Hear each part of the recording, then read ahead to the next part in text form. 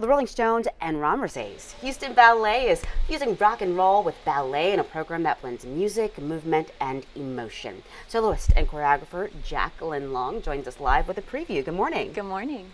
So, Jacqueline, we know that this performance is made up of 4 pieces, but what's really the through line that brings rock and roll and tutus all together? Yeah, so I think you have rock. One of the pieces is to the Rolling Stones music called Rooster, and then we've got tutus at the end, and which gives you that classical ballet. And then our first 2 pieces kind of bring that role and fluidity that ballet often gives the audience.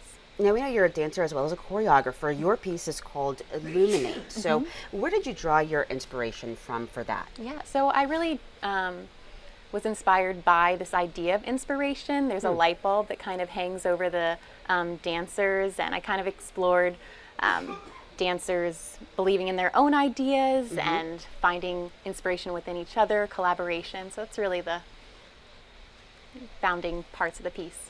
You've been choreographing for Houston Ballet for a few years now, and you're continuing again to be a soloist.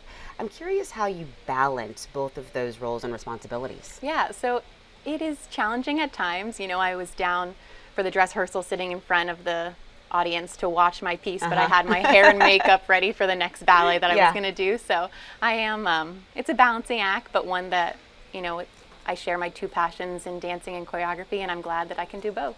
I wasn't able to find this information, but are you in Illuminate, the piece that you choreographed? No, I'm not in my own piece, but I'm in the other 2 pieces by Christopher Bruce and Stan Welch. Fantastic, fantastic. Talk about the diversity, I should say, of what the audience will see on stage with these 4 numbers. Yeah, so the first ballet is by Brett Ashita.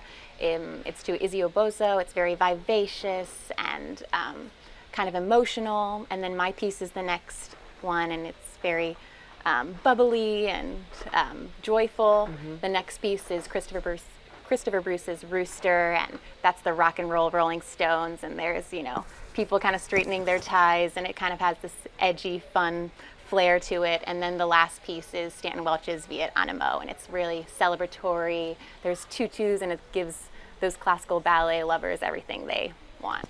I'm so interested in getting inside your mind, especially as a choreographer, because you're describing these pieces with really vibrant verbs, emotions, right? How do you translate that into actual movement on the body and pictures on stage? Yeah, so I think for me, I listen to the music and I really have like a visual inside my mind, and I start to see steps that match the music. I think for me, the musicality of the steps and highlighting different moments in the music is, you know, the violin here, that's kind of what inspires the movement for me. And I also want to ask you, while I've got you, what do you think audiences are really going to love about this performance?